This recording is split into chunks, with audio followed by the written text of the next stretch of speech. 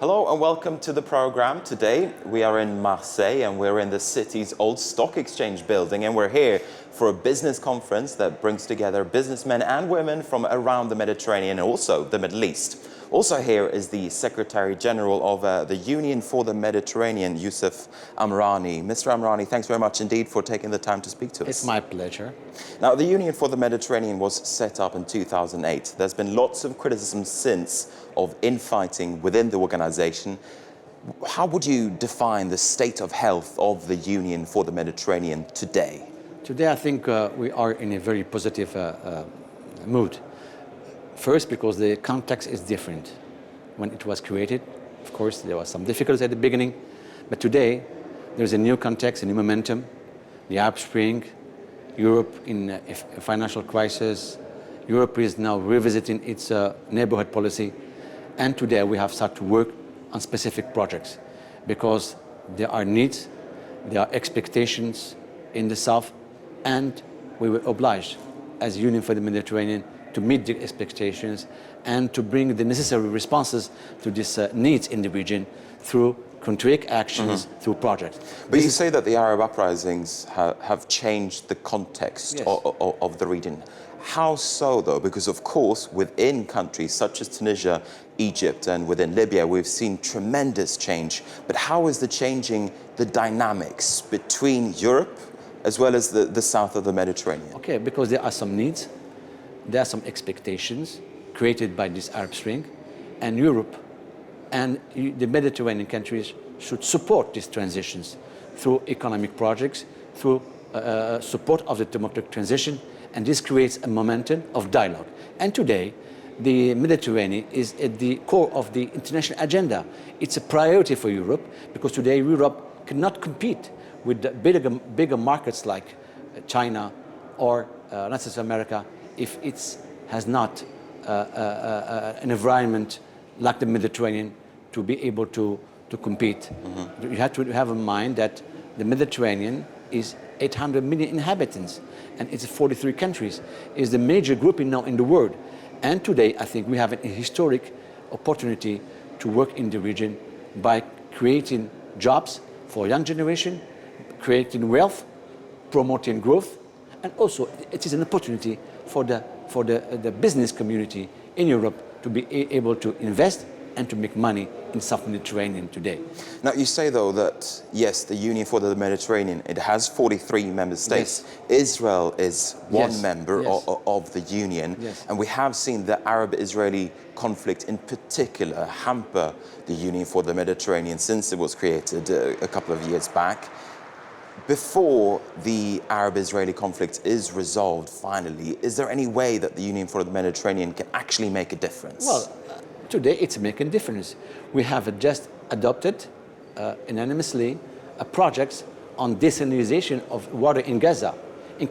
And this project has been adopted by the 43 member countries, including Israel. Listen, everybody now agrees that the Union for the Mediterranean is not the body, the gathering where we can solve the Israeli-Palestinian conflict. It is, of course, we have a political dialogue. It's important to have a dialogue politically on the issue of Israeli-Palestinian conflict. But what is the most important is how are we going to build this space of freedom and shared prosperity in the Mediterranean. Of course, we need to have the Israeli-Palestinian conflict resolved on the basis of clear parameters, which are the two-state strategy, the necessity of instauration of a Palestinian state, independent, with secure frontiers, existing with the Israeli state. So I think we need to work on this track, but this doesn't hamper us to work also on the projects.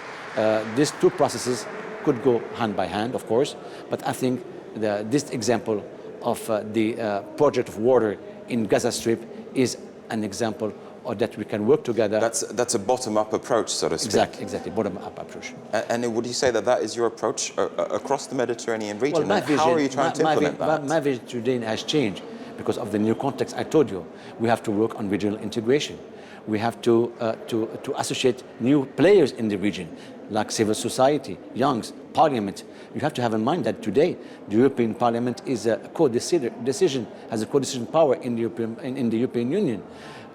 Regions also, they have expertise to work on the cross-border strategies. So I think today, and regional integration is essential, because regional integration helps a couple of countries to work together to increase the intra-trade and to create opportunities for investment in the region. And this, I think, it's important to meet the expectation of the young people as far as job creation is concerned. But it's not only, when you say regional integration, it's not only a question of integration between the European Union in the north South-South. and the Maghreb and North Africa. I'm talking about South-South integration. Exactly. I mean, you're from Morocco yourself. Yeah. Links with Algeria, which is not right next door, they're still very, very precarious. Diplomatic links basically don't exist. How are you going to resolve that issue? I'm speaking to you as Secretary General of the Union for the Mediterranean. But if you want me to talk to you as a Moroccan, yes, I would say yes. I believe in the construction of the building up of a Maghreb Arab Union, because it is not only a popular aspiration, but it is an opportunity to increase the intra-trade. It's also an opportunity to increase investment and to create wealth in our region. And I'm very confident. I think we have to build up this coherent regional Maghreb. And today, I hope that we'll be able to solve the conflict in Libya. Then we will have, I think, the necessary conditions to start building up something that will be benefit for all the people of the region. Now, as you say, a lot of your focus is on business, and this is a conference all about business. How would you characterize the trading climate today if we return to the Arab uprisings in Tunisia, in Egypt, and in Libya as well? Exactly. Your question is essential. I think we are working now in the Union for the Mediterranean on instruments to guarantee risk on security, on arbitration, and because we need some instrument to be able to attract the foreign investment that we call investment schemes.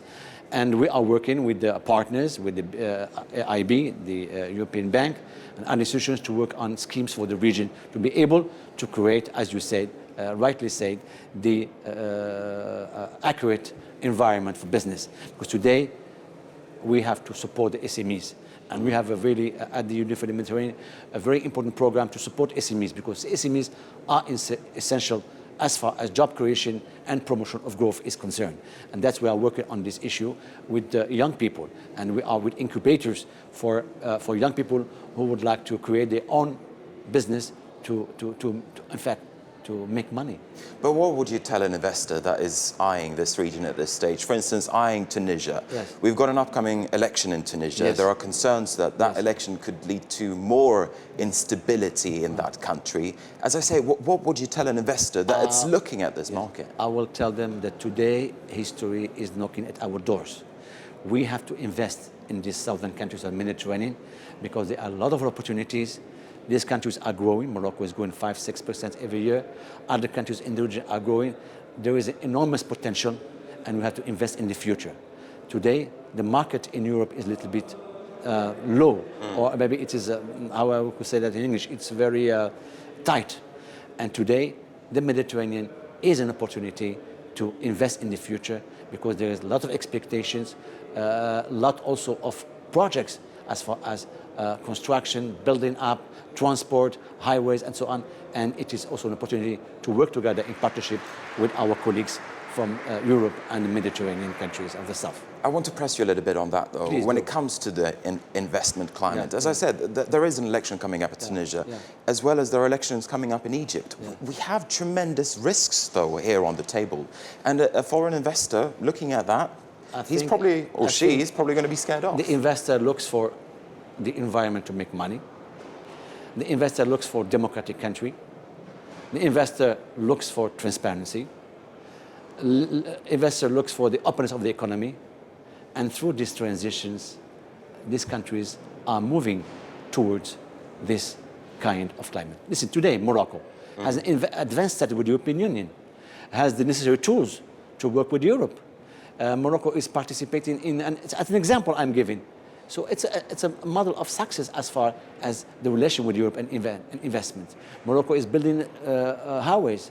So I think when you create this environment for business, you can attract foreign investment. And today, a lot of investment are going in southern countries. Mm-hmm. We had a meeting 2 weeks ago in Tunis for the task force on Tunisia.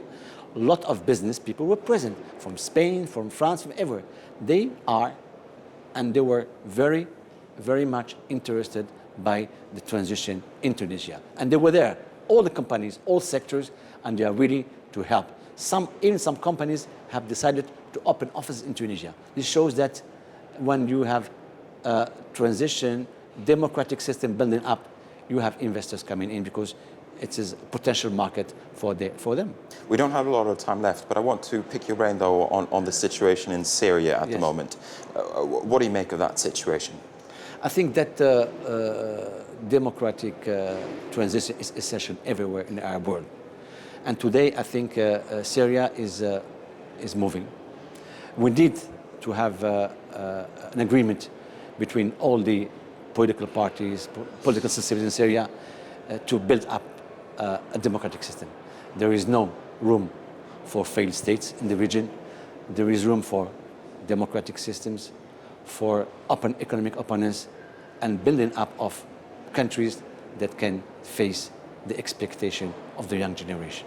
All right, Youssef Amrani, the Secretary General of the Union for the Mediterranean, thanks very much indeed for speaking to us today. And with that, we're going to wrap up this program. From me, Marcus Carlson, and the rest of the team in Marseille, thanks for watching.